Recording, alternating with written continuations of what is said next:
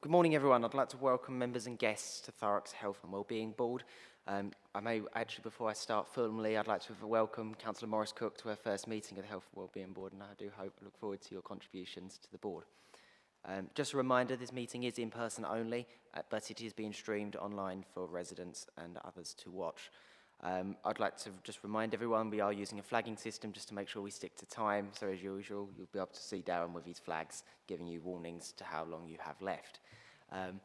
Just to start, I've got apologies from absence received from Joe Broadbent, Alexandra Meekan and Mike Deneen in advance. Is there any other apologies for absence? No? No? Okay, thank you. Just moving on to agenda item 2 then, in terms of the minutes and action logs. The minutes and actions from our last board meeting in October, provided on page 5 of today's papers. The action log we've got presented on screen, so you don't have to hear me list it out over and over and over. There are several decisions going through in terms of members will be able to have a look at the screen above. I'm just happy if all members... Oh, sorry, Councillor Marshall. Sorry, is it possible to put that onto our little screens? Because I actually can't read that from here. No screens, that's right. No matter how much we try to take I'll read them out. Don't worry, Sure. it's fine. No apologies. Can I just ask if members are happy to agree the minutes and the actions from last meeting? Thank you. I'd just like to point out on action, I do have one action actually on 64, just members' agreement in terms of, we've got a few more. Action 61, I may just say quickly, in terms of integrated the health assessments, there was an issue with our performance set targeting at 70% for IHAs. Obviously, the Bedford Borough Council also do a 70% target rate, so I was just looking for members of the board if we're happy to close down that action. No, thank you. And then there's another one in terms of just making sure for domain 3, just a monitoring framework to be recirculated once it's updated. So if that's happy, we can proceed as well. Okay. Agenda item 3, I have one item of urgent business that I thought I'd like to bring to the board owing to the significance of the item. In November, NHS England confirmed to the ICB and to Thurrock Council they would not approve either the Purfleet or Tilbury IMWC outline business cases. It was the view of NHS England that these would be deemed unaffordable to the NHS. As a result, both us and the ICB are now unable to actually progress with either building any further. This is incredibly disappointing, both for a strategic level for Thurrock and actually on a personal level, being involved in some of these projects for so long. However, this does provide a bit of closure and uncertainty for all Integrated Care Alliance members who actually have been working together so far to try and find a solution. The past 18 months have been, at times, not being able to go anywhere and being told completely different things made the process quite irritating. The Council is working with the ICB, the new ICB Alliance Director, to actually try and identify some alternative space in existing buildings in Tilbury and Purfleet, which could be repurposed for shared space, just so we can integrate our new integrated locality teams and allowing them to operate from theirs. This will ensure that there's both an ambitious integration agenda that we've set out in our Better Care Together, the case for further change, and so making sure that can still be delivered, and we're still aiming for the most importantly, improved health outcomes for our residents. I'd just like to open. I will take any comments or questions from members.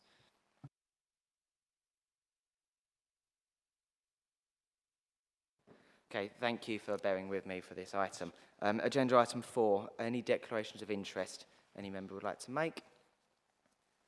No? Okay, we'll move to agenda item 5. We actually have one virtual item for consideration. Just a reminder, any reports that you'd like to share with the board just for information or to invite comments at a later date, do feel free to send them through. After today's meeting, the Thurrock Core 20+5 Health and Equalities data will be circulated with all members, and please do, in the next 2 weeks before Christmas, do provide your comments. They'll be really, really helpful for us. Agenda item 6. Item 6, right care, right person. The covering is found today on page 13 of today's papers. We have 20 minutes for this item, 10 minutes for presentation, and 10 minutes for discussion and Q&A. I'd like to invite ACC Baldwin to present this report.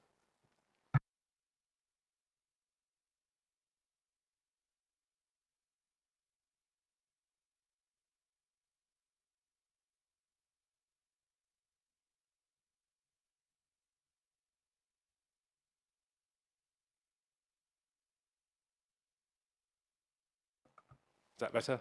Excellent. Okay. So yeah, the idea of the program is that we get the right care from the right person. I'm the force lead for it, so I'm responsible for criminal justice and for crime in Essex, and this falls under my portfolio. We've actually started some of the work, which hopefully I can detail as I go through. But if I go to the next slide. Thank you very much. In essence, I'm focusing on the policing side here, but I will touch on, obviously, and partners as well.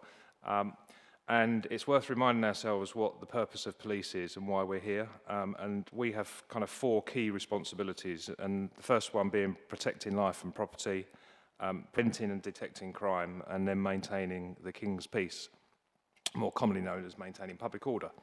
The focus of this one is on the first 3. And over a number of years now, we've been drawn into other areas that are kind of not our responsibility nor our expertise, and we've seen that more and more over recent times. And of course, what that does is it detracts us away from what our job is, which is effectively to deal with crime. So the idea of this program is that we kind of refocus or recalibrate our role and ensure that the things that we attend are the things that require a policing response. If I go to the next slide, please. And so the 4 key areas that sit under the programme: concern for welfare, mental health, hospital walkouts, also known as AWOL, and transportation. Now, Essex Police has adopted a concern for welfare policy now for a couple of years. I introduced it 2.5 years ago. This kind of reaffirms it and almost makes it a little bit more robust in terms of how we deal with it. Just to give you an idea of scale, we were receiving 40,000 calls a year under this heading, effectively. And this is a combination of requests from the public asking us to go and check on somebody, requests from other agencies, that could be social care, could be health, it's a wide variety. And of course, those 40,000 calls is a massive detraction away from the work. Now, some of those do require a police attendance, and obviously where we have incidents where there's a threat to someone's life, or they're likely to come to serious harm, then of course we will attend those calls. The second area is mental health, and again, a huge number of mental health call-outs that we receive now. Interesting enough, Essex is one of the lowest in terms of exercising powers under Section 136, which is where we can detain someone for mental health assessment. By population size, we're one of the lowest forces in the country in terms of our exercising it. But you'll see from some of the numbers that we still have to use that a fair bit. Hospital walkouts are where we have patients that leave the care of healthcare professionals without notice or without warning. And then transportation is where we often use police vehicles to transport patients that either require medical or mental health. If I can go to the next slide, please. So just some examples here just to illustrate what I'm talking about. So for example, children and young persons being held in police stations, and that could be either under Section 136 or under police protection. People that we have in our custody who require mental health care. It shows here that the average time for us to hand over a mental health case is around 9 hours, and effectively that is almost always 2 officers, sometimes more. A quarter of our mental health patients are transported by police due to ambulance availability, and patients that require mental health assessment can often be seen as an example here of 15 hours sat outside an emergency department. And we know it's not uncommon for accident emergency departments to have fairly long delays. I spent all last night with my mum who's broken her leg at Southend, so I can vouch for that, having seen it firsthand. To the next slide, please. So this gives you an idea of the volumes, and again, you can see here that we're talking in the thousands. And if we add on to that the 1360 detentions, you can see there last year 662. That number's been fairly consistent over recent years. Section 135 is where warrants have been obtained to detain people by healthcare, and we would go and assist them. And then those that come into our custody who require assessments, and that number is growing all the time. About 45% of people that pass through custody suites declare a form of mental health assessment that is then required. If we could go to the next slide, please. So here are some actual examples from Essex. So where we've been called because of delays by ambulance of an hour to check people with dementia, where we've had social care being denied access to addresses and asking us to exercise powers we don't have, mental health patients that have left, and it says on here about who owns that duty of care, who's responsible for that person, and then similar issues in hospitals and transportation. And primarily this kind of focuses at the work that sits behind this is based on a number of stated cases and some legal precedents that sets out kind of who owns what duty to whom. And of course, as public authorities, we all own duties at various stages under Articles 2 and 3 of the Human Rights Act. And what this is doing is clarifying at what point each agency kind of has to exercise that duty. To the next slide, please. So this gives out where we are. So I've talked about Article 2, that's where there's a real threat to life. So where we know or ought to know somebody's life is in danger, we have to take action. That's not just police, that's any public authority. A real and immediate threat of really serious harm, that's a fairly high bar. It talks about torture and inhumane treatment in the Act, but it can apply, for example, where you might have cases where somebody's subject to sexual violence, particularly children, and of course that bar will always kind of vary slightly depending on the circumstances of the case. Common law duties of care, and then specific statutory duties that we hold where we can arrest and detain people. To the next slide, please. These are some of the cases that reference the kind of thinking behind the programme. So Osman, I think, is well known. That was a case where a teacher's life was threatened, and police were deemed that they should have known or ought to have known that that was the case and taken some action. The Turkish case is a mining company that built on a hill, knowing that there was dangers. The hill subsequently collapsed and a number of people in the village died.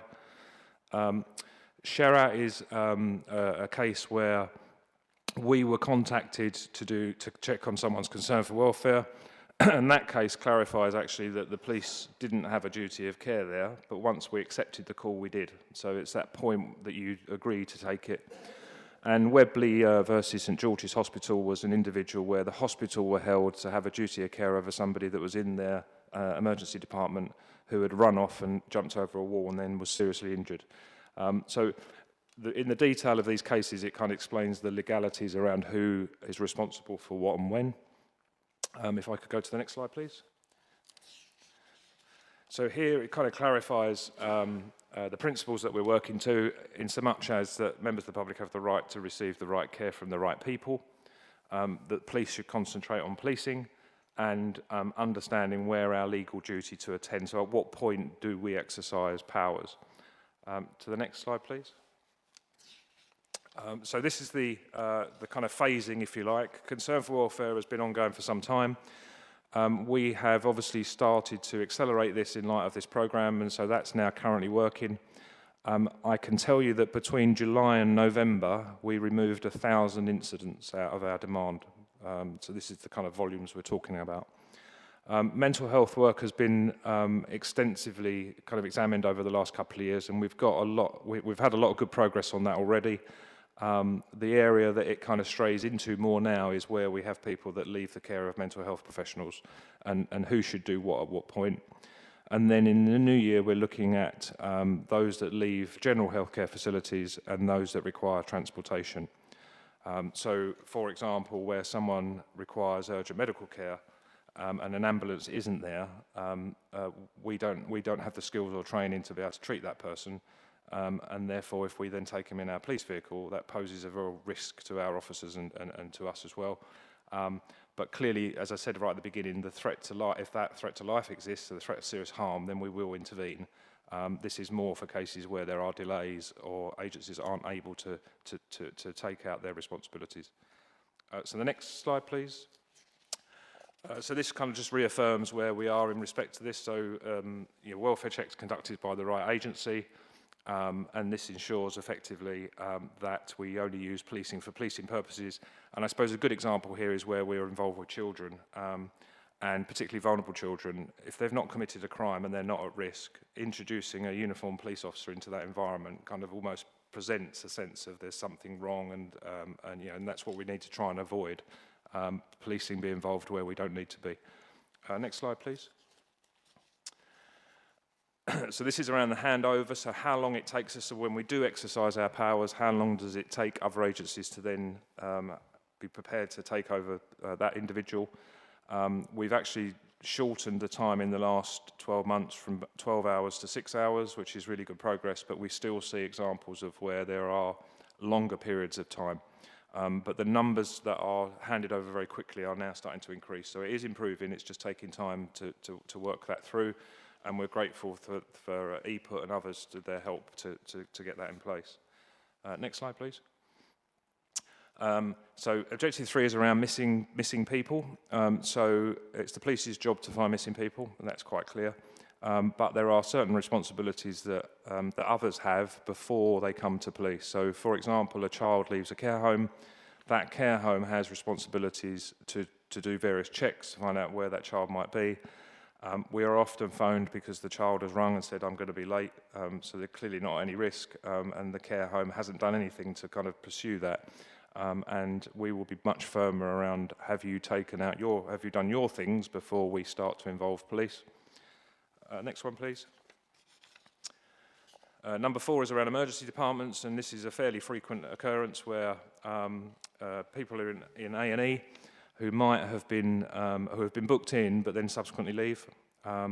And we frequently have cases, or we have in the past, where we track these people down who just turn around and tell us, I was bored and I didn't want to wait, and effectively they weren't at any risk. So this is again, when someone is booked into healthcare facilities, the healthcare owns the responsibility of duty of care towards that person, and there are various things that they have to do. And in fact, their own policies say this as well. So, and of course, with this program, they are now realigning those policies to mirror what we're talking about. Next slide, please. So this just deals with transportation, and the point I referenced earlier about who takes people to either to hospitals or to mental health facilities, whatever they might be. And then if we go to the next slide, please. So in terms of delivering this, we have a partnership board at a strategic level that I chair. We also have a tactical board that is chaired by one of my detective superintendents. We have representatives from a myriad of different agencies on those boards. And of course, we have our internal police governance of the processes. We are in the process of building a responsibility matrix, so where we have gaps in service that we might identify, so if we suddenly stop doing something and it creates a gap elsewhere, we know what that gap looks like and we can work to resolve it. And so far, the progress on that has been really positive. And then the final slide, please. And this just really sums up where we are. So again, kind of reiterating the point that the right people give the right care, that we work this in partnership. Some of you may have seen other forces have taken a slightly different approach and put in very kind of hard stops as to when they're going to stop doing things. We've taken the approach of want to do this much more in a collaborative fashion, but with the message that we are going to deliver it. It's just kind of how we get there is the difference. And of course we will, and we do often still stray into areas where there are those gaps in service that we're able to support. Inevitably, there's going to be pressure on other areas because obviously as we shift away from these to the crime areas, that might create some resource challenges for those that we work with. And of course, the idea of the strategic and the tactical boards is to work through those processes and see how that delivers. And essentially the aim of this is to kind of redefine who does what and ensure that when we are attending something, there is a policing purpose for us to be there. So either a crime has been committed, which we need to investigate, somebody's life is at risk, or they're going to be subject to serious harm. In the absence of those, then we will no longer attend. Caveat that with obviously working through the processes and where there will be some stability. So, like other agencies, I've got 6,000 people to train in this area. We are working through that at pace. So you may see examples of where we have done stuff, it's contrary to what I've said, because it takes time to work all those processes through.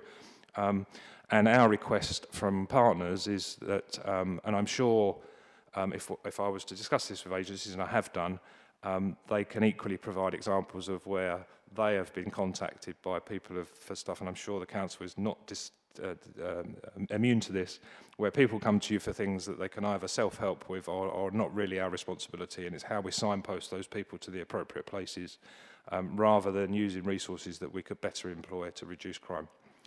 So that's the presentation. Obviously, happy to take any questions. Any member like to ask questions? Councillor Morris-Cook. Thank you. Thank you for the presentation. And I think in principle, you're absolutely right. It is about the right person attending, because actually, as you said, it could actually be a red flag for someone turning up in uniform. My concern is, are we not just moving the issue, because clearly the police have acted in a vacuum that's been there where there isn't the right resource to do the job. So I take it when you were saying that you're chairing the meetings, that there is a team. What risks have been highlighted to you that are the immediate risks of, because clearly people are being taken to hospital in police transportation because there's a problem with the ambulance service. Just because you're going to stop doesn't mean the ambulance service is now going to get it right.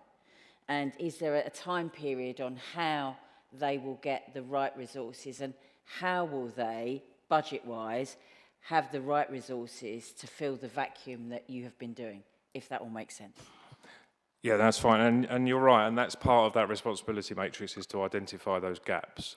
So, for example, since working with the mental health team, they've doubled the number of child beds for children with mental health as part of these discussions. So, we're seeing other agencies now providing that. I think the ambulance one is interesting because it's probably the most challenging of all.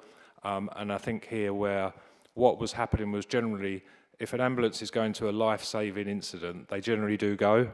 What we're talking about here is the incidents that sit below that, and there's almost been a kind of, the police will step in and take them for you, and actually those individuals can either make their own way to hospital or there's another means to getting them there. But we are working with the ambulance service to kind of identify at what point we need to be there. Because ultimately, obviously, an ambulance is effectively carrying life-saving equipment to save life, and a lot of people ring them for reasons that are not going to be helped by an ambulance, and that's where we just need to redefine it. So this is, and I'm not suggesting this is an easy process to work through, but definitely all of the things you have highlighted are very true, and that's why we're doing the matrix.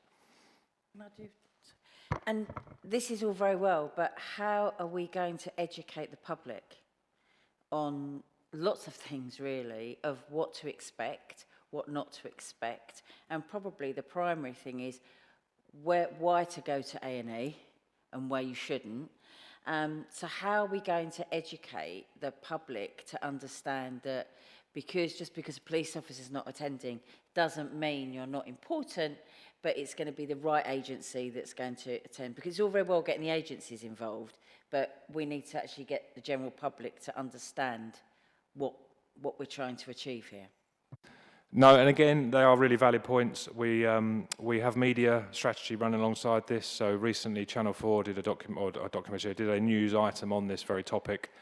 We are putting out comms on this as well. We've had these challenges with the 999 system now for a few years. It's really difficult because there is almost a public expectation that the police are there to solve everything. So they'll ring us because the roads are blocked and reasons like yesterday I was in the control room and we had children ring in because they'd borrowed their mum's phones, and then we had incidents where people just needed, so we had someone phone because they didn't know how to convert a document from Word to PDF. I mean, these are the kinds of things we are being rung about, and we regularly run those campaigns on the systems, but it's really hard to get through because obviously you've got to try and hit the people that are making those calls. But yeah, so there is a media campaign, but that's an ongoing challenge for all of us, I think. Oh, Sheila. Thank you. We had this presentation at the Children's Partnership Board on Monday, so we had a number of questions then.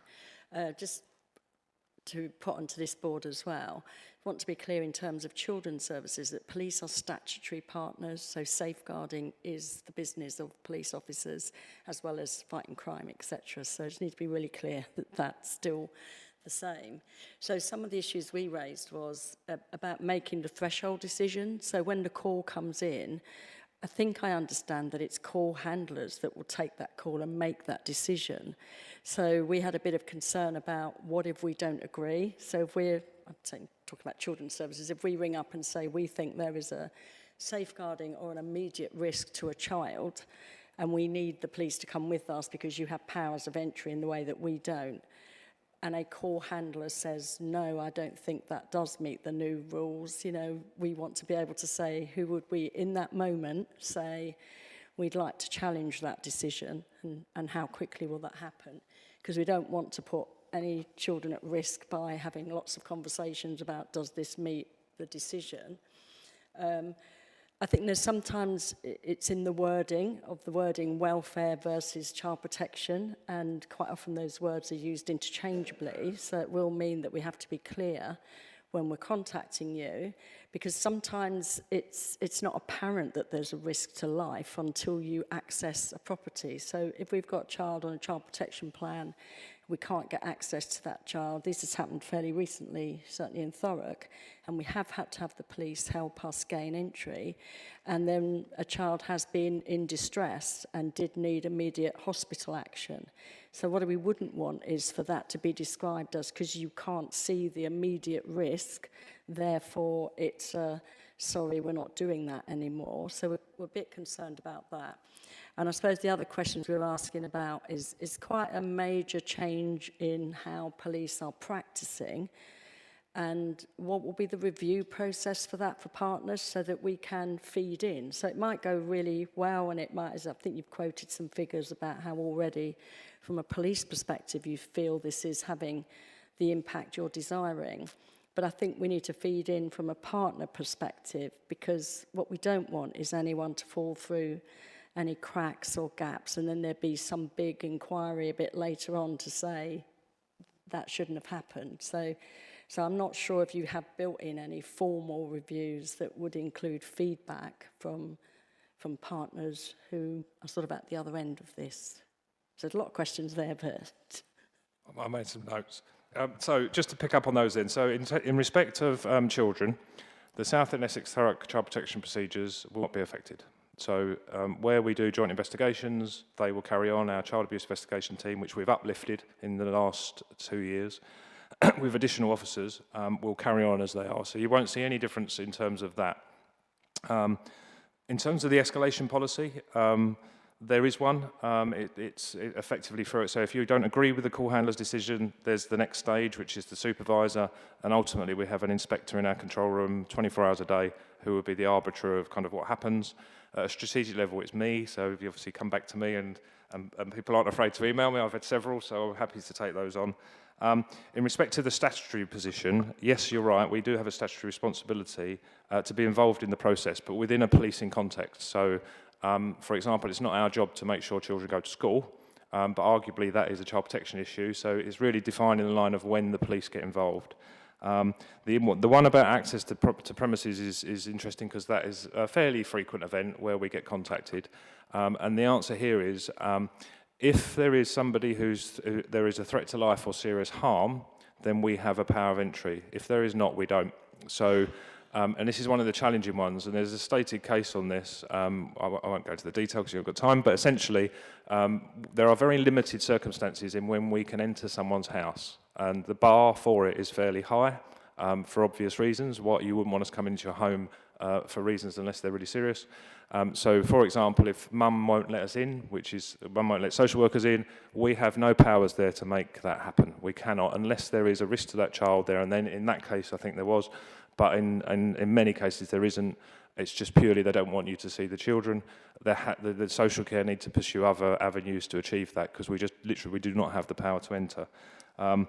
In respect of the review of the process, the review's not set yet. So this started in Humberside. They were the force that piloted this process. It took about 3 years for them to deliver it.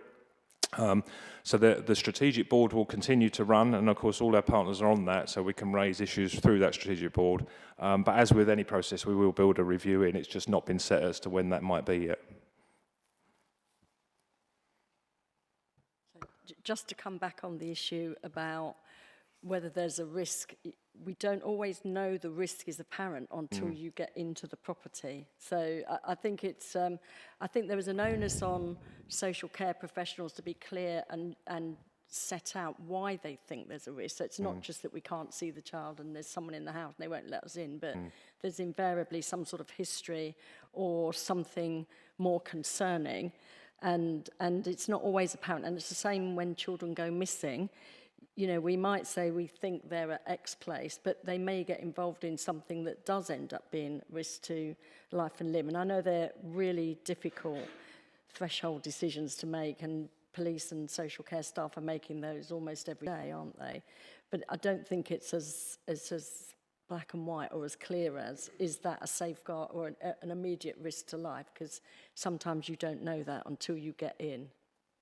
No, you're right, and I think this is probably one of the trickiest areas that we have, because whenever we exercise a police power, there has to be a legal framework that supports it, and the Court of Appeal has been really clear. The bar to go into someone's house is very high.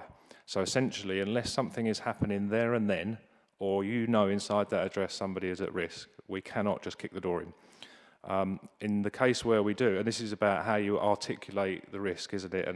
And essentially, would hopefully push us in a direction where we're a bit more professional about how we go about having those discussions and present what is the risk here, because obviously there are other alternatives through the Children's Act that we can use if we can't use that power. But we still have to come back to, I can't just kick a door in because I think something might happen. I need to be able to articulate, this is where the risk's at, this is why we entered it by force, which will be, whether they open the door or not, it's a forceful entry because we've not got authority to go in there. And some of those decisions can be really, really challenging. And we know, because you will know, and so will I, many cases where we've had to kind of discuss those at length. Councillor Johnson. Thank you, Chair. It is on a slightly different note. On your PowerPoint referred to the number of detainees claiming mental health problems has increased. I think it was 10,000 was the last one. It's increasing all the time. What do the police do when someone says that? Where do they go? And secondly, do we have any record as how many of them actually had mental health problems? So we arrest just over 20,000 people a year. So you will see from those numbers that nearly half, when they are assessed on arrival at custody, will declare an indication that there's a mental health. Some will be obvious, some less so. We have healthcare professionals that work in our custody suite. So at Grays at the moment, there is a healthcare professional. They will do that initial assessment for us, so independently from a medically qualified person. They're not mental health professionals, but they're obviously medical. They will then say whether this person needs a more formal medical assessment by a mental health professional. If that happens, we then arrange for that. That mental health professional will come, and there will either be one of two determinations. Yes, the person requires detention under the Mental Health Act, and we then have to move them to a facility for that, or two, know that they can carry on as they are. We have the records for the number of people that enter the mental health arena. So we do have the number. I don't have them here to hand, but we can tell you how many move from a police interaction to a mental health detention.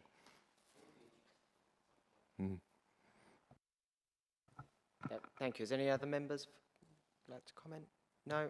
No, thank you very much for coming and bringing this out. I saw an earlier version myself at the ICP meeting earlier in June or July this year, and actually some of the comments that Councillor Morris-Cook and Sheila have raised stolen my thunder slightly, I may say. But no, I think it's really important that it's a partnership model in terms of going forward. We don't want people falling through the cracks. So as long as we're on that process, say in Humberside took 3 years. This is still early days for us, I'm sure. So I'll be interested to see how this evolves going forward. But thank you. Thank you, Chair. Right, so agenda item 7, Family Hub's Start for Life programme. There's a copy of the PowerPoint presentation and the report is in page 19 of today's papers. We've got 15 minutes for this item, or 15 or 20 minutes, Darren? 20 minutes, apologies. So Claire, I'd just like to invite you to present your report. Thank you. Thank you very much. I'm Claire Moore. I'm the Head of Service for the Youth Offending Service and also for prevention, which includes the development of the Family Hub Start for Life programme alongside partners in public health, the ICB and education. So the Family Hub Start for Life programme, I'm going to give you an overview of that includes the vision of the programme, what are family hubs, where it all started, and that's from the Best Start for Life, which is a vision from the 1001 critical days, what the funded elements of the programme and the programme requirements and timetable. Next slide, please. So the vision for Family Hub Start for Life programme is that our family hubs will provide a non-stigmatising, single points of access, helping families navigate and receive both universal and targeted services, so families can receive the support they need when they need it. Using a whole family approach to working, using that Think Family approach.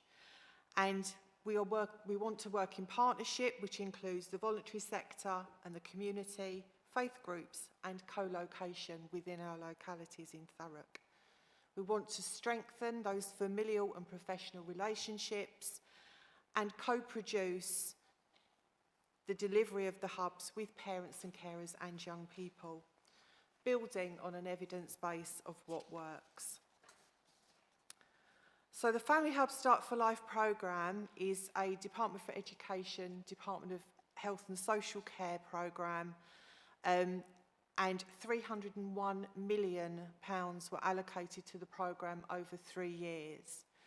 The 3 years started last year, so we're in our second year, and it aims to improve a range of health, wellbeing and education outcomes for children aged between 0 to 19 up to 25 with SEND and for their parents and carers. And it is aligned with some of our existing programmes, for example, Supporting Families, which was previously known as Troubled Families. So Thurrock are one of 75 local authorities that were eligible to join the programme, and that was based on our levels of deprivation. And funding is subject to meeting the programme's requirements. So there is both minimum expectations of the programme and go furthers. The programme grant is specifically for funded elements and comprises a fixed rate for all local authorities. And we also have to meet a number of core services which are unfunded to be met from our existing budgets. So as I briefly mentioned, the initiation of this programme and the reasons why this programme started came from a piece of research that was undertaken by Dame Andrea Leadsom in 2021, and that was about those 1001 critical days for children, and came up with a number of action areas from that piece of work, which was to provide seamless support for families, a welcoming hub for families, the information that families need and when they need it, and an empowered Start for Life workforce, continually improving the Start for Life offer, and leadership for change. So our Family Hub network. So we have a hub and spoke model with a network of services and providers.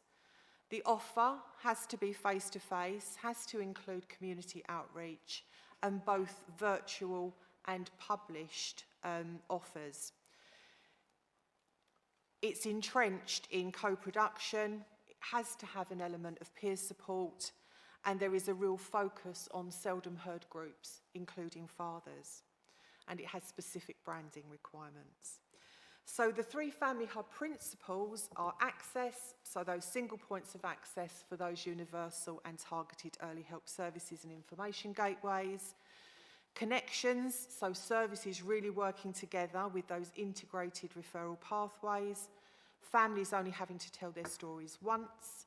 Co-location, data sharing, shared outcomes and shared governance, with a real emphasis on relationships, so building those strong family relationships using a strengths-based approach and strong professional relationships.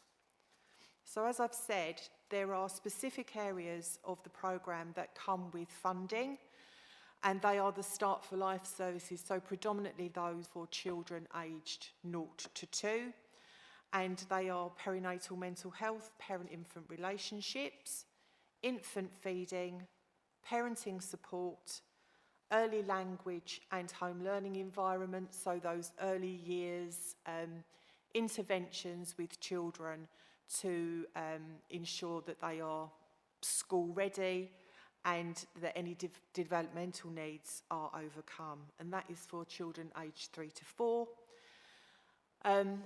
Each local authority must establish at least one parent-carer panel. We have 3. And they must include parents that are expectant or have children under the age of 2 and from different demographics and ethnic backgrounds.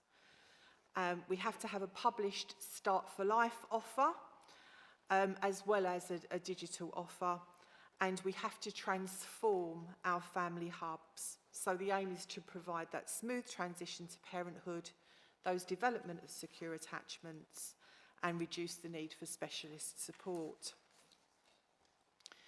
So a bit more about the funding of the programme. So it's intended to pay for a transformation team, which we have in place. We have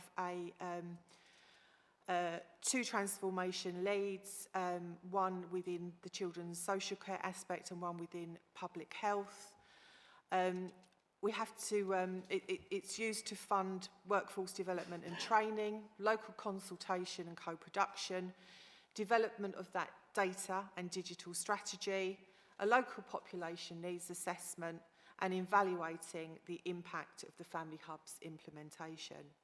We also received a small amount of capital funding, which was to adapt existing buildings to improve accessibility and space, which we did in Averley, Tilbury and Stifford, and to enable multi-agency working, so we had some IT upgrades done to ensure that it was good enough so that parents could access services online from the hubs, and equipment including specialist clinical equipment.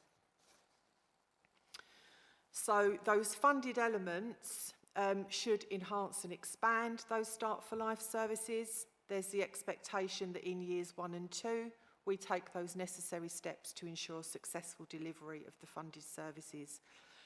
So we launched recruitment initiatives and employed staff, reviewed and expanded our existing workforce and trained them.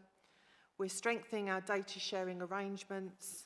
We're developing our integrated pathways, and some are already in place. I'm going to rush. And meeting the programme overheads. The following page is all of those services that are core funded, so we don't get any additional funding for those, but we are already delivering the majority of those from our hubs. So we completed our delivery plan in January with our overall ambition for 3 years, and we have regional leads to support us. I'm moving really quickly through these slides now. Programme reporting requirements we also have to do, and we've met all of our programme timetable to date.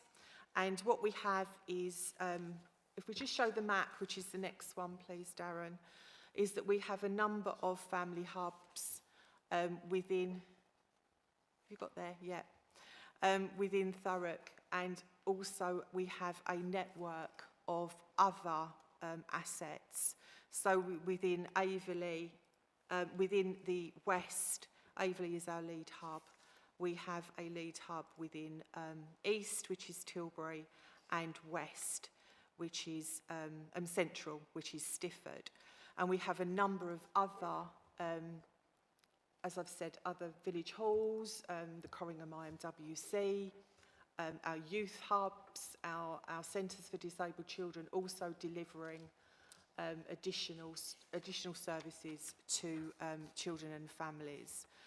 As I've said, we've done a lot of work, but the biggest thing that I want to mention, and I am motoring on now, sorry, is the work of the partnership that we have. So within the local authority, our family hubs and early help, SEND, early years education, nurseries, libraries, the portage service, our local area coordinators and housing are all part of the delivery of the family hub services. We have the Thurrock Adult Community College. We also have NELFT, speech and language, health visiting, CAMS and infant feeding. EPUT in relation to our perinatal mental health. We have the DWP. We have Public Health Commission services and CVS, a number of services also, and some additional ones. And we had our official launch of 3 of our hubs on October the 24th. And the last few slides are just some photographs taken of the children and families and staff having a lovely time. Any questions?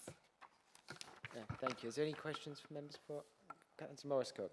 Yeah, thank you. I think it's, you know, well done. It's a really worthwhile service at them, because years ago you used to have an extended family. Now everyone is like a nuclear family, and I think a lot of the skills of parenting are lost.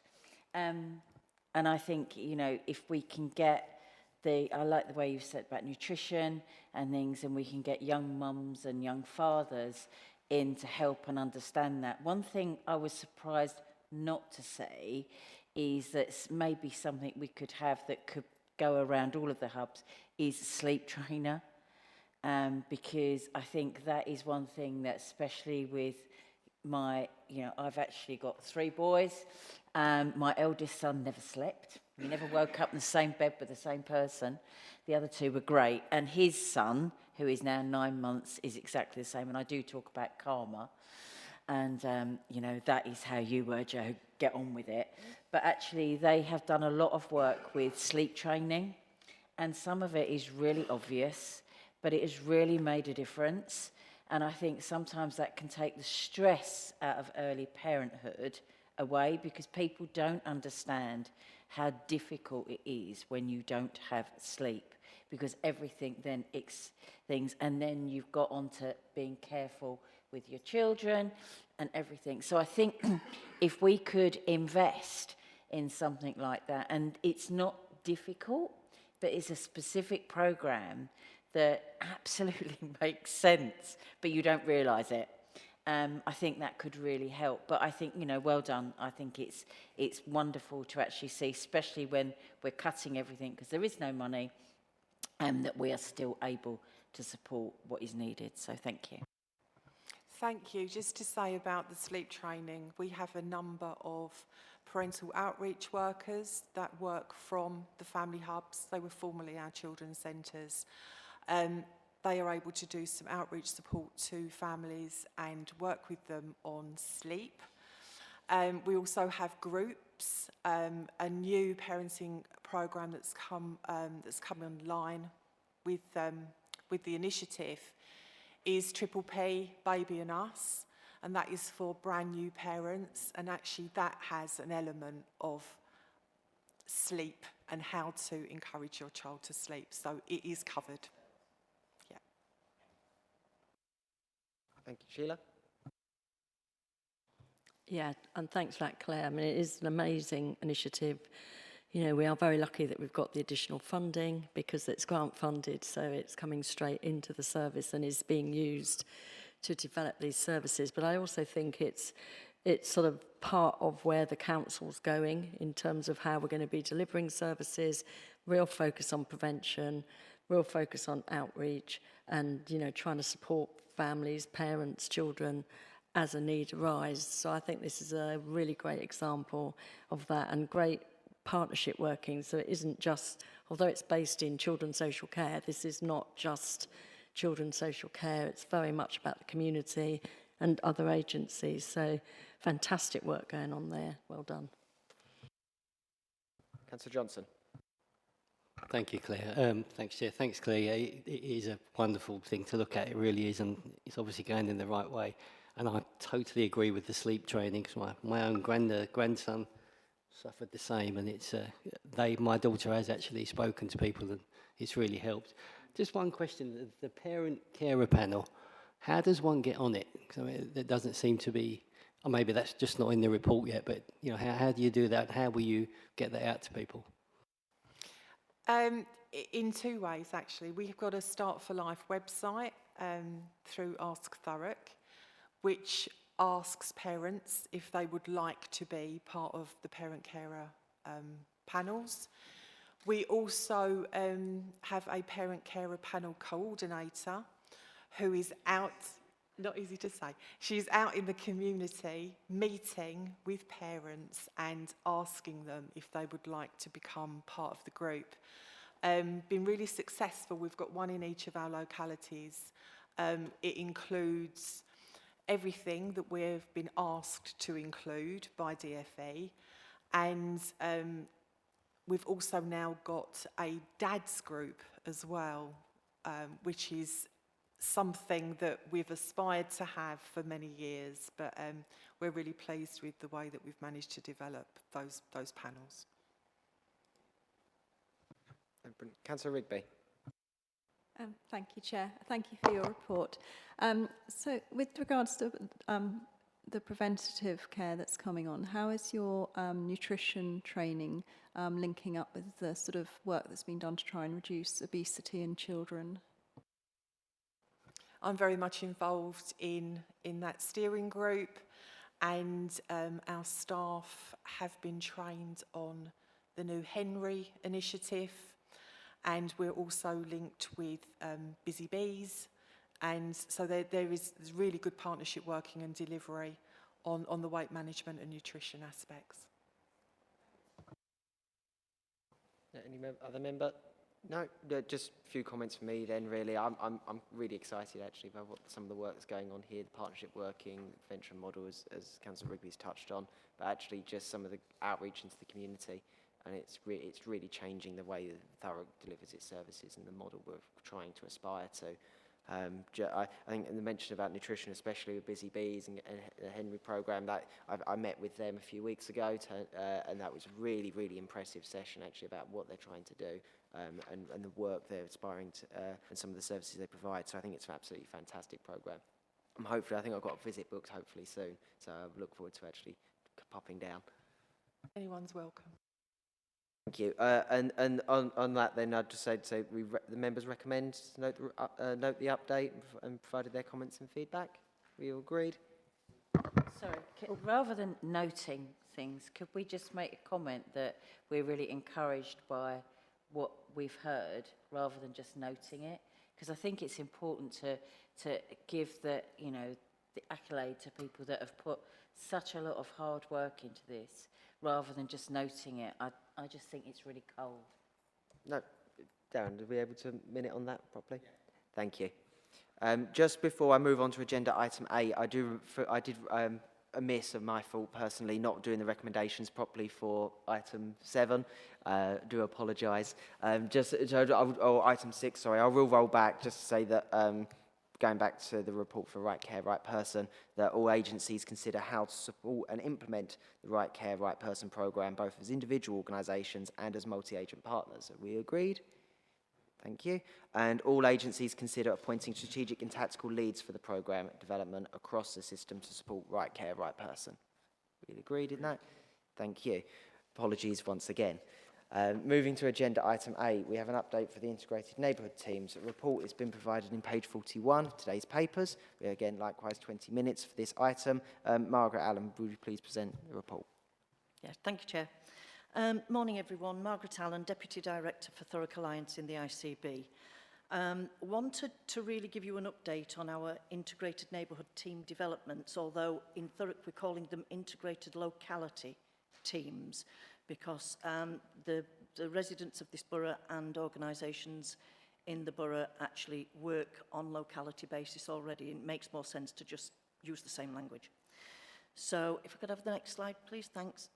So Dr. Claire Fuller is a GP, and she was until May of this year, June of this year, the Chief Executive Officer for Surrey Heartlands ICB.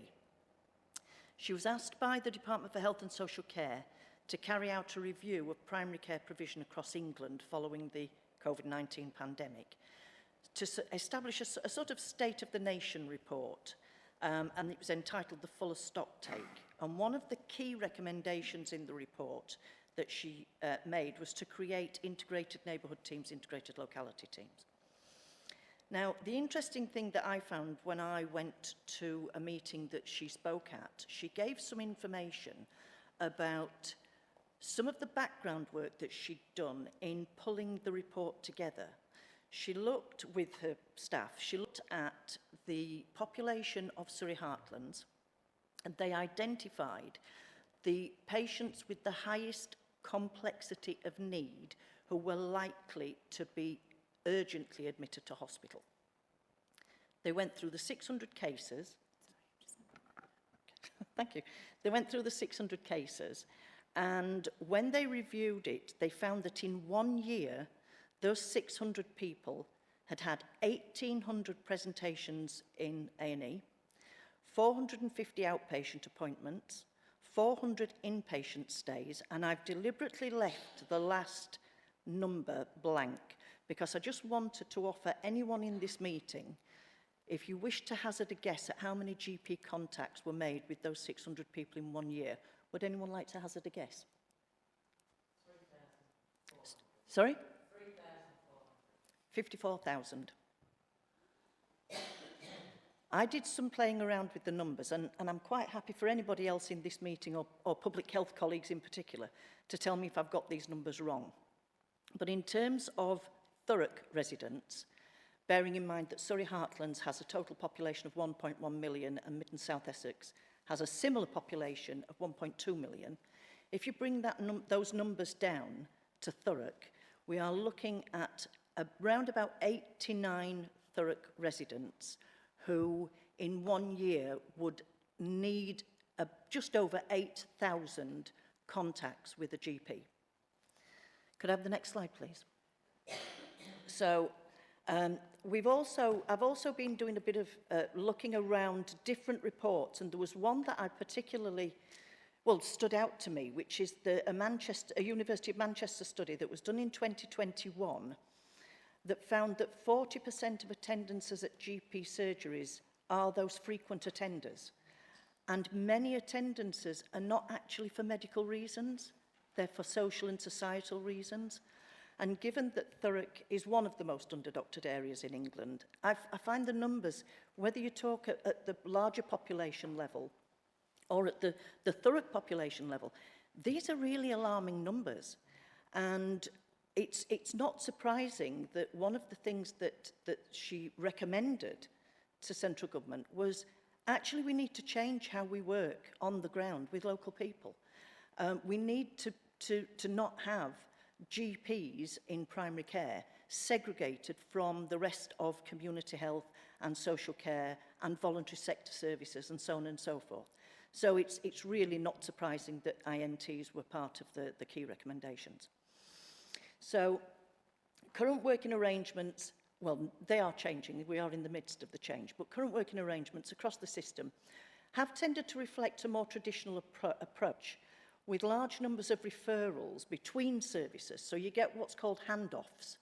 So one service will have contact with Mrs. Miggins, perhaps, and they will do X, or they will say, we can't help you, we'll refer you on.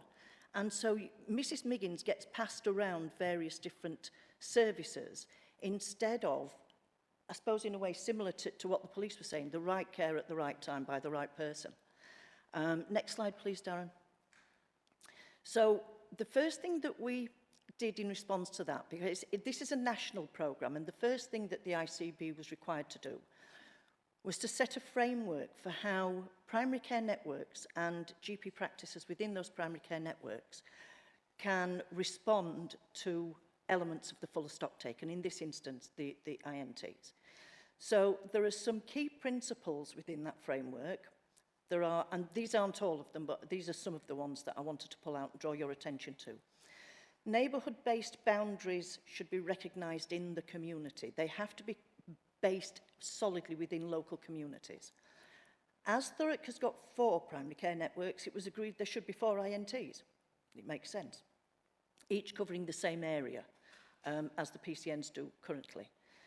They need to be comprehensive across healthcare and societal pillars, so they're able to respond to those broader issues that people often land in GP surgeries wanting answers to, and the GP often can't help.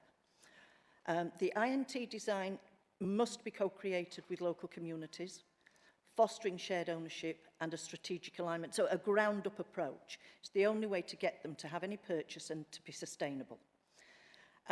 In terms of management, it's an incremental journey based on shared learning, and there's mutual accountability for service outcomes.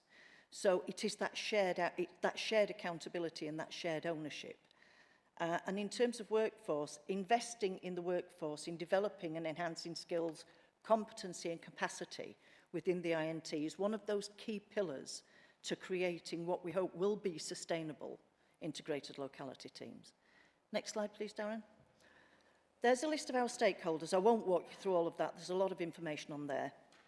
But you can see from the different colours that we've actually got places and communities, service users, supporters, colleagues, partners. There are virtually all organisations right across the system are now involved and engaged in helping us develop the INTs. Next slide, please. Okay, so again, this is a very, very short list, and it's certainly not exhaustive by any stretch. I could have done 5 slides just on what an INT looks like. But I just wanted to give you a flavour. An INT development, they need to be organic, they need to be relevant to the priorities of local communities, and although there will be some degree of variation, you would expect that because not each community is the same as the next one, there should be a recognisable shape and definition. So the sorts of elements that we would want to see in an integrated locality team would be that the teams are fully integrated and they're working with one single leadership support. They operate as one, regardless of which organisation any given individual may actually work for. The whole basis of this is that members of staff become organisationally agnostic when they work in an INT. So they all operate as one. They manage the needs of the population, the local population. They have direct patient access into the most appropriate professional. They are digitally enabled and have a single record for each individual. And we are also in the process, along with lots and lots of partners, in developing a shared care record. I'm happy to bring a paper on that to a future meeting if you'd like. We have single set of intended outcomes and measures of success. So again, that becomes organisationally agnostic. So rather than one organisation deciding its own metrics and another organisation deciding different metrics, INTs just have one that are agreed between all parties and that are relevant to local people. That's the key point there. They have to be relevant to local people. And we will, when we get there, create a single budget stroke organisation responsible for all of primary and community care. At least that's the NHS element of it. So again, this is not exhaustive, a long way from being exhaustive. But you can see here a list of the sorts of services, teams, professions that would be reflected in an ILT. Again, emergency services, community leaders, local VSE members, mental health providers, children's services. Again, this is way not exhaustive. Can we jump forward again, please, Darren? So, Stanford La Hope is the most developed so far of the INTs in Thurrock. Here are a list of organisations that are already involved, working together on the ground with a weekly meeting, looking at complex cases, looking at which part of the system, which organisation is the most appropriate to deal with any given individual, and then that organisation, on behalf of the INT, takes that person forward on their own journey. Next slide, please, Darren. So, the INT steering group for Thurrock has been set up. There's a working group in Stamford-le-Hope. Grays PCN launched their INT towards the end of November. There must have been 90 people in the room from different organisations, not enough chairs, people standing up around the walls, so engaged in wanting to be part of that development. There will be, ASOP will be the next PCN to launch theirs, which I believe is in the end of January, and Tilbury and Chadwell will be in February. Next slide, please. Oh, is that my last one? Oh, good. There you go. So, they're all in slightly different stages of development, but by the end of February, beginning of March, we will have all 4 INTs up and running. And they will then go from strength to strength. In terms of we need to support the INTs to move from that quite operational focus to something more strategic where they can work together across INTs, where we can get economies of scale, economies of scope, that sort of thing, on things like workforce development and such like. Thank you. Oh, thank you, Margaret. Ian, do you want to just come in? Thank you. I really welcome this, but I was kind of sitting there smiling, sitting here listening to Margaret, smiling rally to myself in the sense that actually we'd already come up with this concept, hadn't we? So the integrated locality team is the central tenet of Chapter 7 of Case for Further Change, integrated care in the community. So as is often the case, I think Thurrock is ahead of the curve. I also note that we had ARS roles before the NHS came up with the concept of ARS roles in our clinical mixed skilled workforce. We actually have PCNs in shadow form before again, NHS came up with the concept. It's absolutely the right way forward, and I do believe the plans we have locally are more ambitious and more developed than many other areas, and I'd just like to thank again Rita Thakaria for the amazing work she is doing in bringing Thurrock's community NHS and community mental health services together around these teams. Margaret kind of said it, it's about relationships, not referrals. And it's about professionals forming relationships with each other and with residents to respond in the most appropriate way, in a bespoke way, recognising resident context and getting it right first time.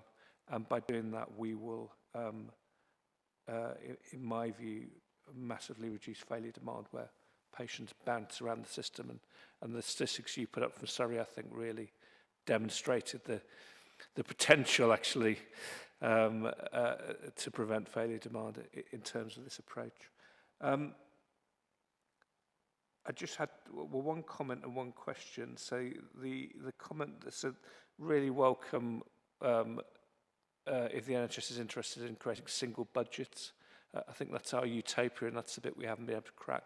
But for goodness sake, let's include adult social care and public health in that as well, and not limit it just to NHS budgets. We want a place-based budget, don't we, for Thurrock?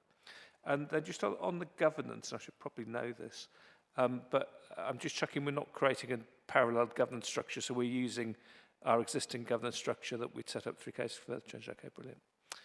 They're nodding at me. Yes, we are. Yes, we are. Lovely. Using the existing but fantastic stuff. And I also attended the Grays integrated locality team launch.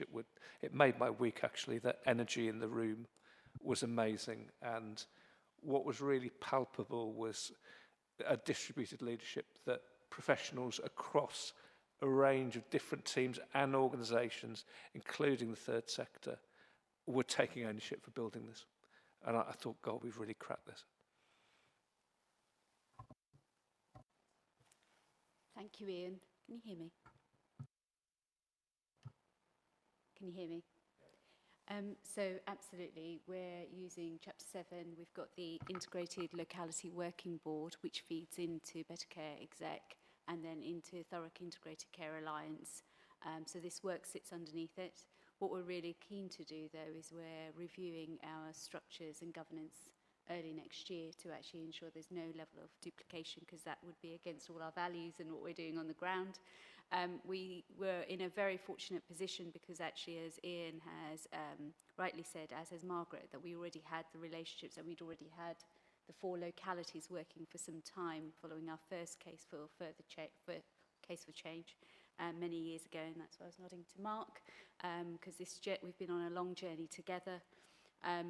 Over the last year, though, it's been about consolidating those relationships across health, care, housing and all partners, particularly with voluntary sector as well, and building on the work we did through COVID and doing things differently and reducing the handoffs. And it's all about relationships and introductions.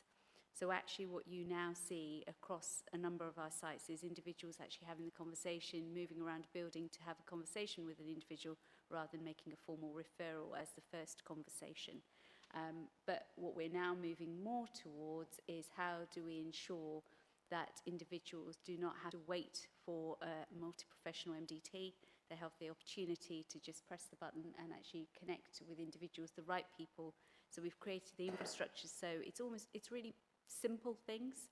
So we have directories of people working within that place, and the more people that start working in that place, we have more connections, we have more contact numbers, and actually this has all been driven by multi-agency teams, individuals, community members working from ground up.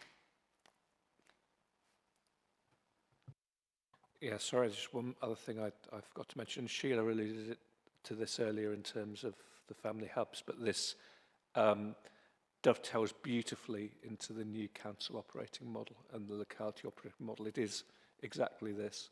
But again, we want to go further, so we are thinking, well, what else can we devolve into that integrated locality team? So some of the public realm services, things like antisocial behaviour, and all of the linking all of the children's and adult services up, along with a single model of engaging residents. So we devolve power down to residents, and we respond to residents' priorities.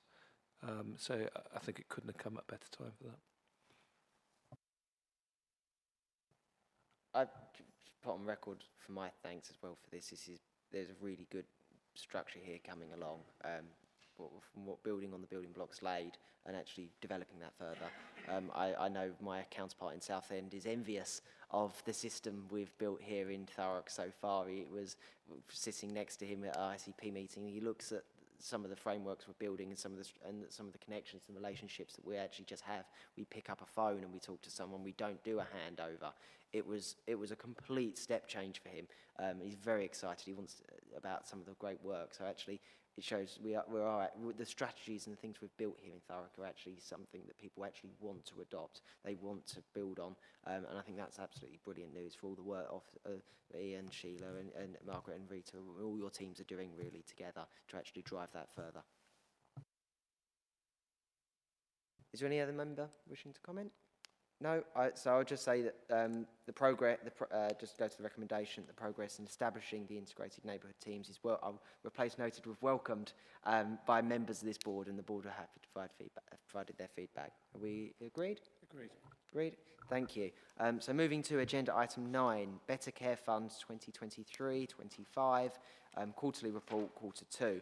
The covering report and supporting material is provided at page 51 of today's meeting papers. A detailed Excel spreadsheet has been shared with members to which accompanies the paper in advance of the meeting. We have 15 minutes loaded for this item, and Christopher Smith, would you please present the report?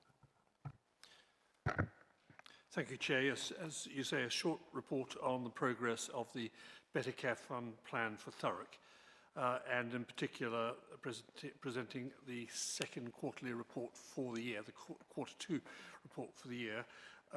The background to this is that since 2015 we've been pooling health and social care funds into Better Care Fund to support the transformation and integration of services. The fund currently this year is 49 million, and the annual plan for the year was brought to the board in June for approval. There was also a year-end report for 2022-23.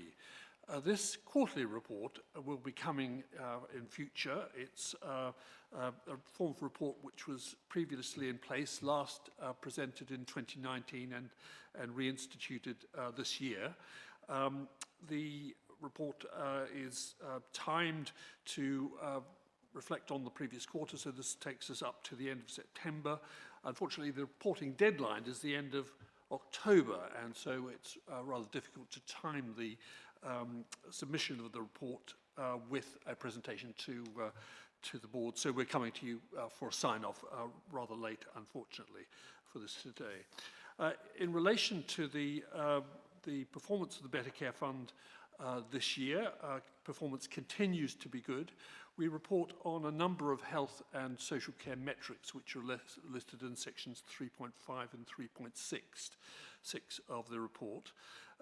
These are nationally set metrics, and our recent appraisal of the Better Care Fund, sponsored by the Department of Health and undertaken by the Local Government Association, noted that our performance was good and continues to be good. The fact that we are reporting against national frameworks doesn't really reflect our ambition, however, and we're going to have a next phase of work with the local government associations in supporting a review of each of the schemes in the Better Care Fund. So that will take us, give us an opportunity to look at how each scheme is delivering in terms of its outcomes. It will also allow us to set some specific performance measures for each scheme. That will help us particularly report to you against the objectives of Better Care Together, Thurrock, the case for further change, for example. So we're trying to align our Better Care Fund with the adult care strategy, and we'll be putting performance measures in place to tell us how we're performing, and we'll also be better able to report on value for money issues. So, as I mentioned, that we are about to start a review of each scheme in the Better Care Fund plan. That work will take us through, we think, till to the end of March, and then will inform our Better Care Fund plan for 24-25. So we'd expect to see some adjustments and revisions along with that. And in addition to that, as I say, new performance measures and value for money indicators. That's what we've got for the board to consider today. The recommendations you'll note are to note the progress on integration and transformation, and also the sign-off of the report. Thank you. Thank you, Christopher. For any other member have any comments, questions? No, I think it just shows. Councillor Morris-Cook. I might be being a tad thick here, so if I am, apologies. But is this not very similar to the previous report? Wouldn't they work alongside? Because we're talking about a plan for people so that they don't have to be readmitted, or they go to the right facility after coming out of hospital to try and look at unplanned hospitalisation. Isn't the previous report about that type of person making sure they've got the right support at the right time, at the right place? Is this duplication, or am I missing the point completely? If I could just come back on that. It's not actually duplication. It's actually about what Christopher was explaining is about how we're currently spending the Better Care Fund and how we would like to spend it in the future. So it would be much more strategically aligned to your point. Yeah. No, thank you. I'm going on really with the LGA, actually. Pleased the LGA found it, saw that what we're doing is actually really good, and they've actually agreeing to come back and actually doing a further appraisal is actually some really good news. Ian?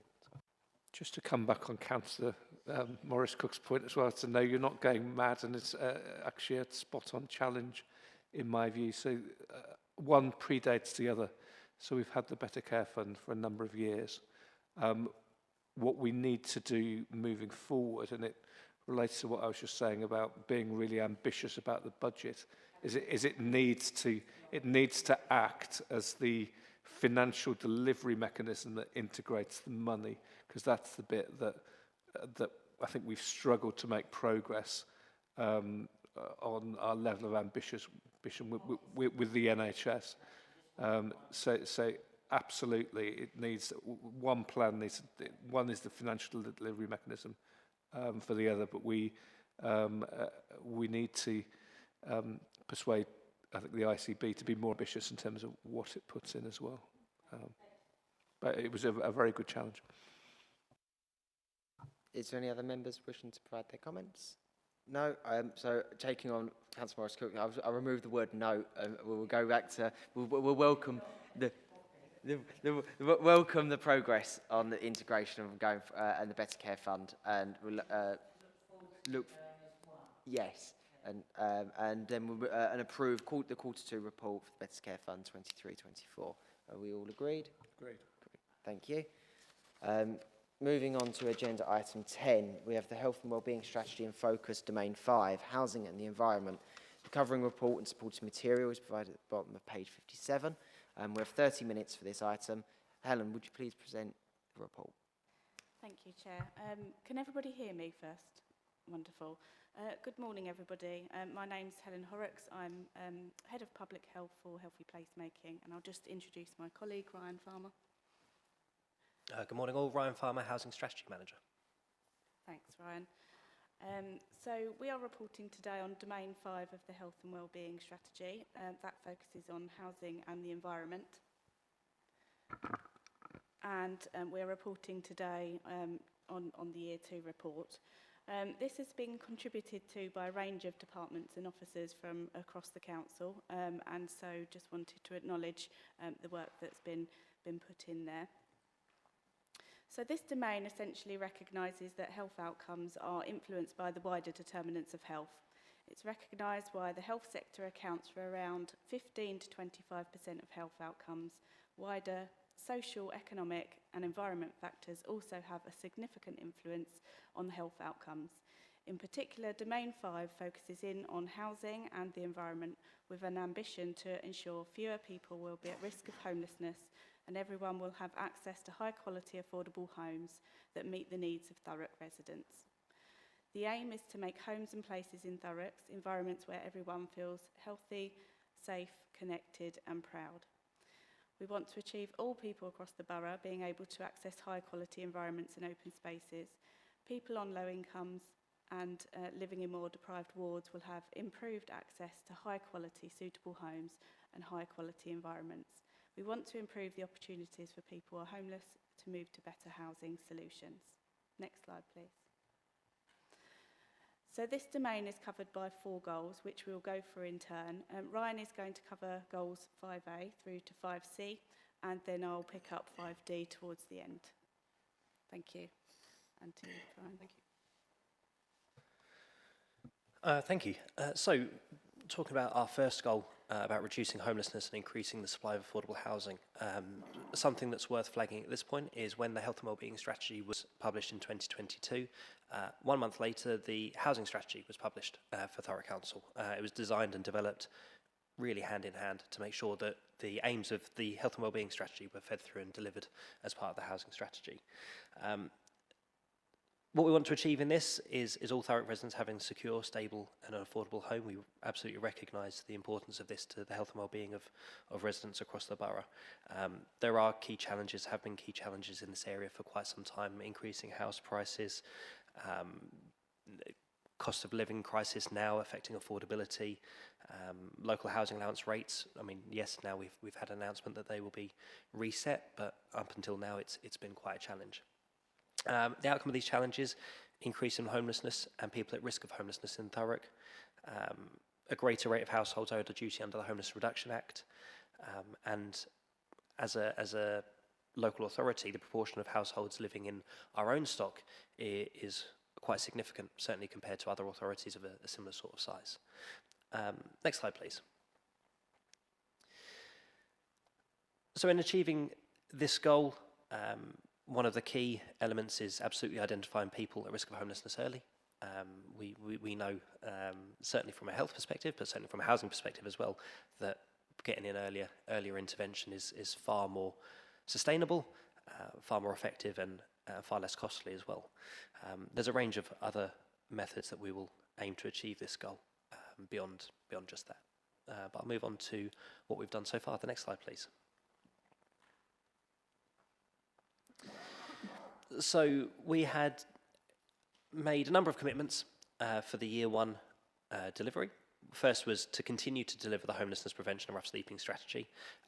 We have taken some significant steps to increase supply in borough of temporary accommodation placements. This has led to households being able to sustain their support networks, to stay closer to their place of work, to their schools, their families. It's also helped us to balance the financial pressure that other authorities are experiencing with securing temporary accommodation placements.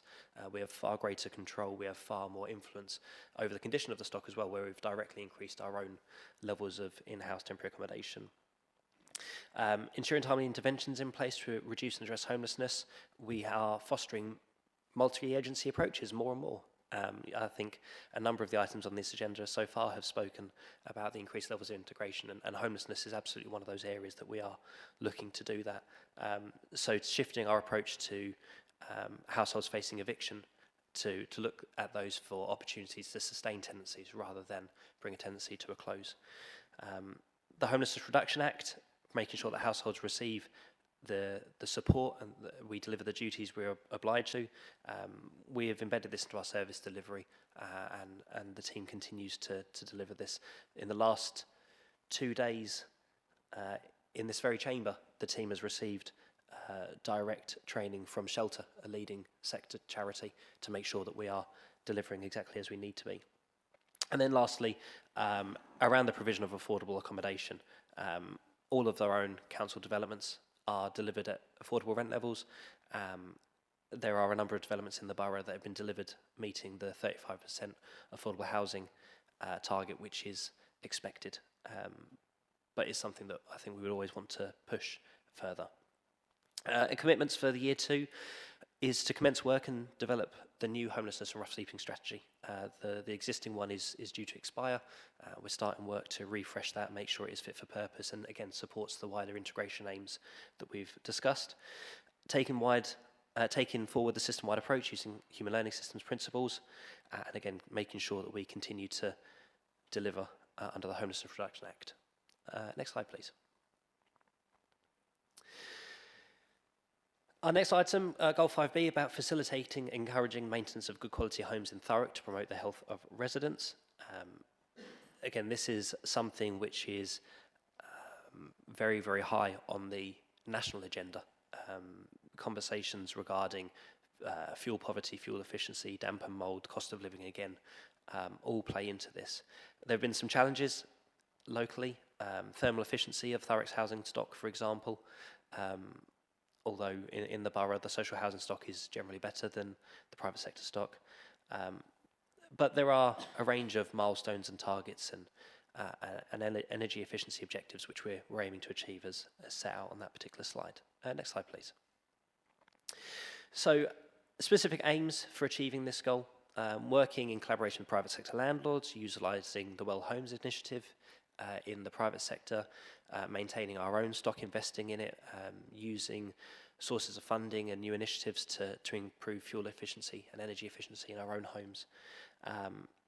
And in new homes that are being developed, making sure that that's done with the intention to keep people well and independent for as long as possible, of a standard that will do that.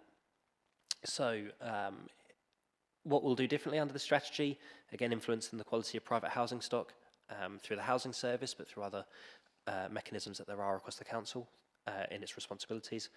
Removing health and safety hazards from private sector properties, and again, further investment as outlined there. So next slide, please. So in year 1, both the housing asset management strategy and the overall Thurrock housing strategy were delivered. It's great to see in the housing asset management strategy that there has been funding for quite a significant number of properties which have struggled with energy efficiency. There's a programme here for non-traditional refurbishment. Another piece of work that's been undertaken has been the installation of ground source heat pumps at the Chadwell high-rises, which has had a huge impact on the affordability of heating for those homes. Delivering the housing strategy, I won't touch on it much more, but we talk about the transformation and integration within localities. The private sector work, improving the condition of housing in the private sector using well homes. The private sector housing team has undertaken 197 health and wellbeing and property assessments in the last year. They've removed Category 1 and Category 2 health and safety rating system hazards from properties, all with the intention of keeping people safe, living in homes which are of good quality. And then the final point there around fuel poverty. There has been a corporate approach, a joined-up approach with housing has been very, very much part of to really tackle this issue, which just seems to be growing and growing, really. Financial inclusion officers have generated additional income of over £500,000 and supported just under 1,500 households through their work. Across the next year, we seek to secure further funding for decarbonisation and energy efficiency, improvements to our stock. We'll look to explore opportunities to strengthen the protections that there are and the standards that there are in the private rental sector. And we will continue to deliver the wider housing strategy and the asset management strategy. Goal 5C is around providing safe, suitable and stable housing solutions for people experiencing domestic abuse and violence or sexual abuse and violence. There's been some key challenges here around long-term funding, lack of social housing to move on, the financial instability and insecurity of the private rental sector. And the outcome of the challenges is that the scale of the problem isn't accurate due to underreporting, and the lack of funds hinders people to move on from their experiences and leaves them at risk, potentially. Next slide, please. So achieving this goal, delivering expert advice through a single route regarding housing skills and employment, and reviewing existing protocols which are in place, again, trying to bring together as much as possible to help people as quickly as possible. If we go to the next slide, please. Highlight on two key things that have happened in this year: the implementation of the Council's housing domestic abuse policy. It's been the sexual abuse and domestic abuse homelessness protocol has also been updated to reflect changes in legislation through the Domestic Abuse Act. And the Council continues to provide safe and stable housing for survivors of DA, which has been provided through Thurrock Women's Refuge. What's quite exciting, I say exciting, for the next year, again, looking at that principle of integration, is joint procurement across the South End, Essex and Thurrock area to really bring together these authorities in these areas in partnership. We want to continue to deliver that expert advice about housing skills and employment. Thank you. And again, using that system-wide approach, using those human learning systems principles to support people in their context and bring them back to that vision of the good life that they should have. Over to you, Helen. Thank you, Ryan. So Goal 5D focuses in on regenerating future developments. We'll seek to improve physical and mental health, reduce exposure to air pollution, reduce antisocial behaviour, and to build community resilience. We want to achieve access to green spaces, which will increase physical activity, promote mental well-being, and reduce exposure to air pollution for residents, but also a high-quality built and green environment which will support net zero ambitions, promoting community resilience and social capital and reducing antisocial behaviour. A number of challenges are in the borough which can lead to a poorer quality of life for some, such as dissatisfaction with the quality of green and open space, feelings of safety and antisocial behaviour, traffic congestion and impacts on air quality and carbon emissions, and access to sustainable, affordable and healthy travel options. Many of these things tend to disproportionately impact those who are on lower incomes or who are living in more deprived communities. Next slide, please. We aim to embed health and wellbeing considerations through key programmes of work which relate to the built environment, such as the local plan and major regeneration and development schemes. Ensuring these larger plans, policies, developments and schemes consider a full range of health and wellbeing considerations will support us in achieving built environments which are designed for a range of ages and abilities and support and help maintain independent living and build social capital. Next slide, please. So reporting against our commitments for year one, and again this is contributed to by colleagues and officers in public protection, transport planning and strategic planning. I'll go through the two commitments in turn. So first was around revising the air quality and transport strategy in line with any new legislative requirements. As a progress update, air quality modelling is currently underway in Thurrock, and that's due for completion by October 2024. This modelling will inform the development of the air quality strategy and action plan in Thurrock, which is planned to be updated and refreshed by the end of 2024. This new air quality strategy and action plan will have regard for the new standards set in the Environment Act and also the subsequent air quality strategy, which is a framework for local authority delivery, which was published in April 2023. The emerging Thurrock transport strategy and future local transport plan will have a focus on improving air quality. The Thurrock transport strategy sets out how the council must enable increased sustainable and active travel opportunities or options and link opportunities to existing and proposed growth areas. In addition to this, the local cycling and walking infrastructure plan is in development and should be complete by the end of 2023-24. The second commitment was around ensuring that the local plan design principles, policies and strategies incorporate opportunities to increase physical activity and promote mental well-being, reduce exposure to air pollution and enhance community resilience and reduce antisocial behaviour. Our response to this was to produce the Health in All Policies document, which was presented at the last Health and Wellbeing Board, and that set out 5 key areas of focus and a framework for creating change, and this surrounded neighbourhood design, housing, food systems, natural environments and transportation networks. We are working to embed these 5 key areas of focus into the local plan.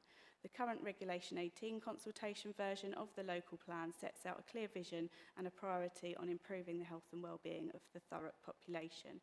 And the current Thurrock Design Charter, which is awaiting consultation before it is finalised, sets out healthy places for all as one of its 4 key principles for Thurrock.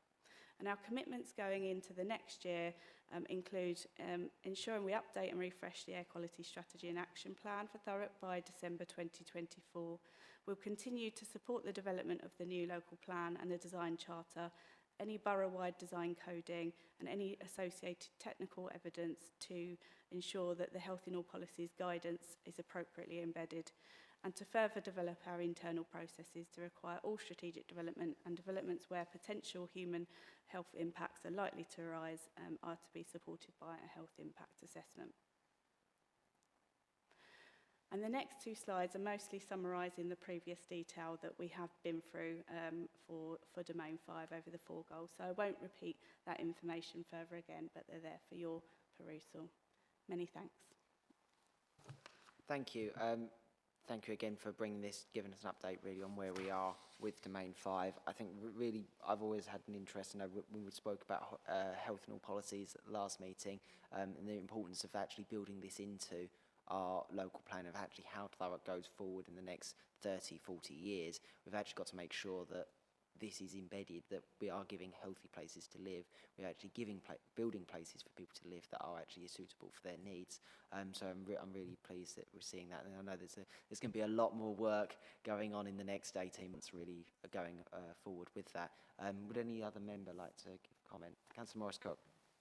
Thank you. Yeah, thank you. I've got a few questions. Sorry.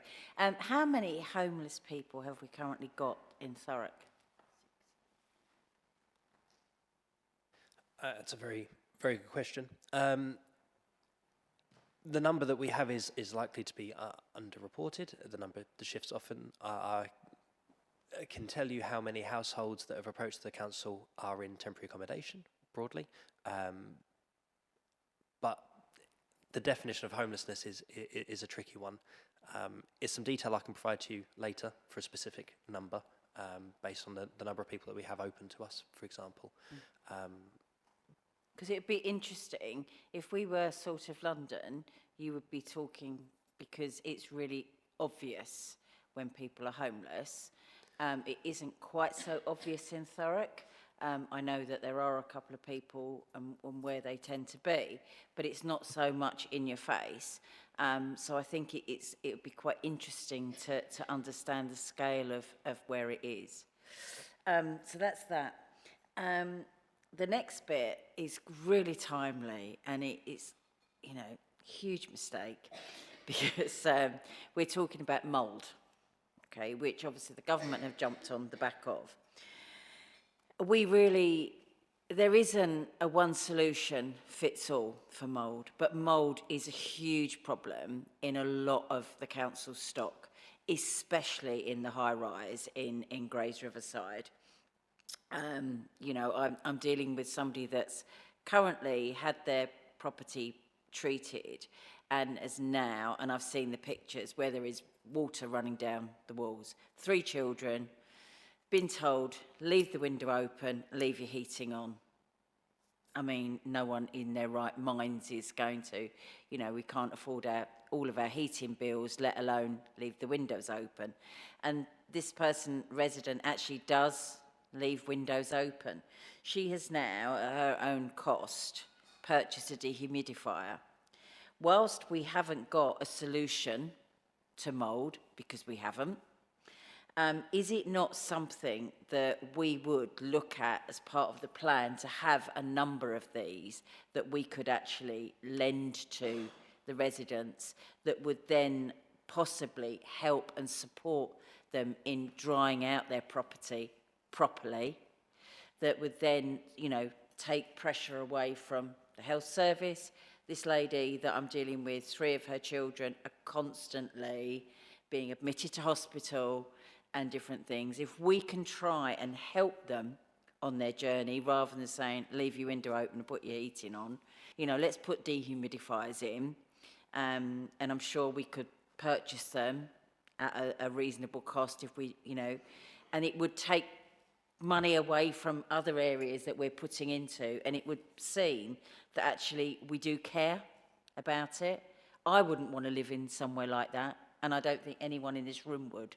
So we really do need to you know, play more than, and with the greatest of respect, lip service. Mould is a huge, huge problem, and it does cause issues going on. So I really would like to see us really trying to do something a little different for that. So if you want to do that, and then I'll move on to the lady next to you. Thank you. Yeah, of course. No, thank you, Councillor. So I would say on the subject of damp and mould, it is something taken incredibly seriously. It is something which it isn't just something that we see as a property matter. It is absolutely about the people living in those properties. I know Rita and I have had conversations about all sorts of people going into properties who may be identifying things, aware of things, and how we can get the support, the right works in quicker. I do know that dehumidifiers are supplied. They have been supplied in properties where there is the presence of damp and mould. I'm sure that's something that is explored and could be explored further.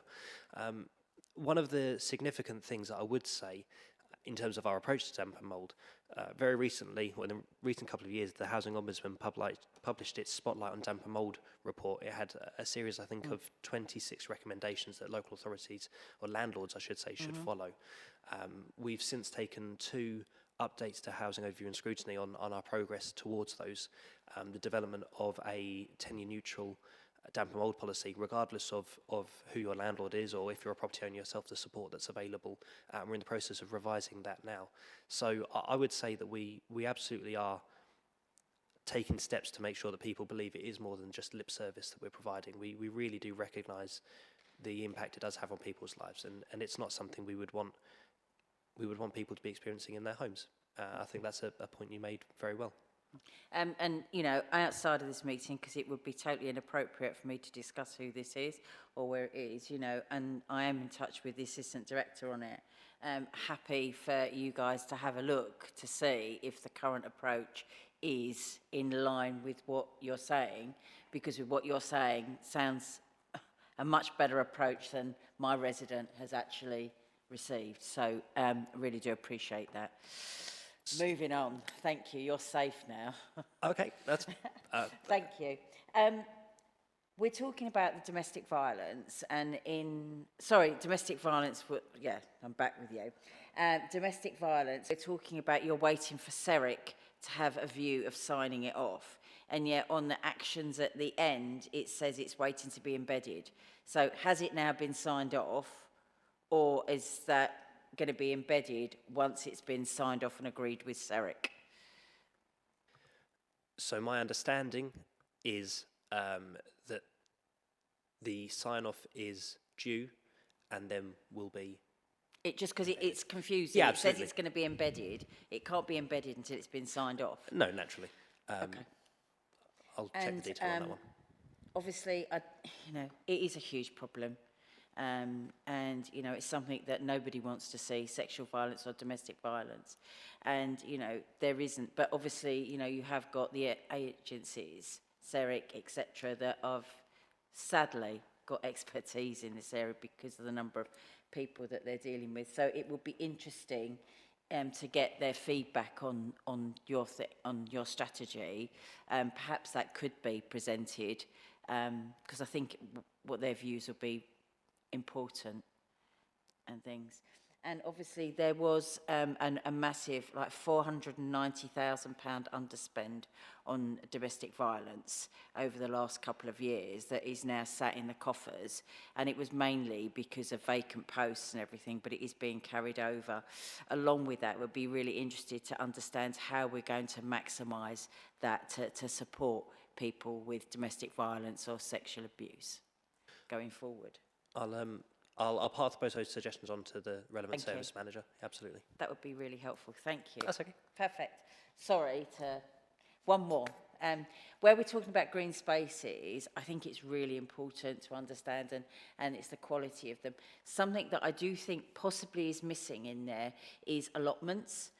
Allotments are really a great place and a great escape for a lot of people that don't have access to gardens and things. And I know that currently there is quite an extensive waiting list to understand for allotments. And I think we've got to be careful with the local plan that we don't see them as opportunities for housing, because I think allotments really do have their place in society. And I think, possibly we've got to try and understand how we can open up more access to allotments within the local plan. That's me. Sorry. Thank you, Councillor. Ian. Just on 5D, I'm conscious there's no one from the Place Directorate here today. I just wanted some assurance or comfort that this is embedded absolutely within all elements of the council. It's not kind of public health just doing it. Well, I work quite closely with the planning and strategic planning team, as you're aware, and so yes, we are working to work with them and embed that. We, since the last Health and Wellbeing Board, we held a Health in All Policies place shaping workshop that many of the place colleagues attended, so that we could start developing a framework for working on that going forward. So there is the commitment there. Thank you. So this is part of their service plan, directorate plan. It is embedded, is my question. Or is it, you're saying you're working with them to embed it? That worries me. Okay, I need to come back to you on that one. Thank you. Councillor Rigby. Thank you, Chair.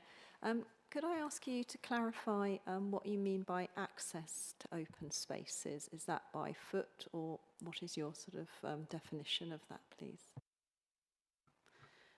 So there's a number of different standards, but it's about within walking and cycling distance. Usually it's around, I think it's around 15 minutes. I'll need to confirm that, so I'm not sure exactly. But yeah, usually it's around access to high quality spaces as well. So they need to be feeling safe and usable by residents as well. But we'll be using walking and cycling. You would say sort of within a 15-minute walk, a resident should access an open space from where they live. I don't know the exact number of minutes, but it is around there. I'm happy to confirm that to you if I can bring that back to you afterwards. Is that okay? Thank you. Oh, Mark. Hi, I'm sitting here wondering what people would say if I was explaining this at a Health Watch meeting. And I think probably some of their comments would be around what's actually changing on the ground. So there's a lot of reference in the report to sort of plans, strategies, frameworks, kind of modelling, but there's not very much detail around what's actually changing. So I'm just wondering whether you could provide a little bit more detail around kind of what change is happening on the ground.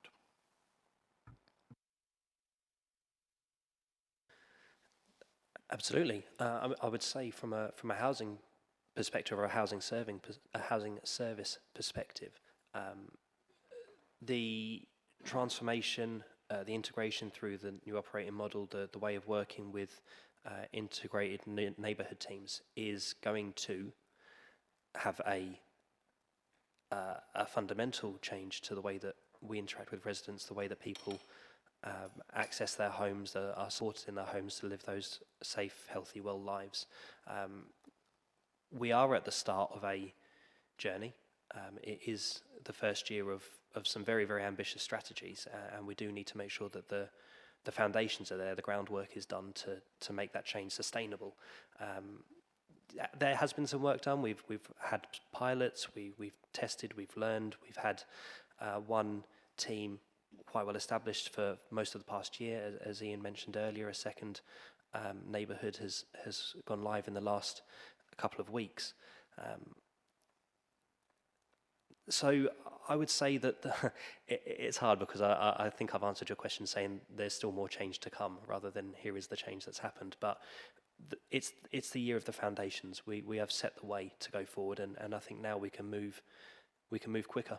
We can move with confidence, and we can move with the support of the partners that we need to move to support the health and well-being of people in our homes. Thank you. Is there any other members wishing to comment? Oh, Margaret, sorry. Thank you. Ryan, a point of clarification for me. You were talking about ground source heat pumps, and I was looking in the report. I couldn't actually see any direct reference to those, but I think the intimation was that a certain number of properties would benefit from having ground source heat pumps. Would it not be cheaper to use air source heat pumps? Aren't they a little bit cheaper? And therefore, if they are, you could actually provide that to more properties? Thank you for your question. There's a level of detail there that I don't have access to. What I would say about these particular properties, the funding was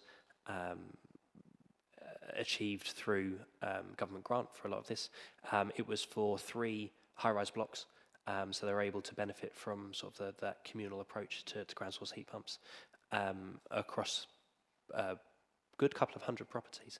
For street properties, for lower-rise blocks, I know that colleagues in the asset management service are exploring all sorts of opportunities to improve fuel efficiency and energy efficiency. But for that particular scheme, it was through the funding that was secured, which is why they went for that route. Thank you. Any comments from Ian? Just on Mark's point, which I think is a good one, I'm just looking at the monitoring framework. I just wonder whether we need to tighten this a bit more to make it more outcome focused with some very clear, quantifiable measurements, because looking at this, I can't get a sense of specific progress. And so this board can't actually get a sense about what's changing on the ground. And if nothing's changing on the ground, you get all the strategies in the world of interesting academic exercises, aren't they? I'm very happy to adjust the approach and always want to take the opportunity to highlight the good work that's happening across our services. So if we can tighten the monitoring and demonstrate that more effectively, then very happy to do that. But I recommend maybe you and Helen work with Darren then, and we can bring something back here. Thank you.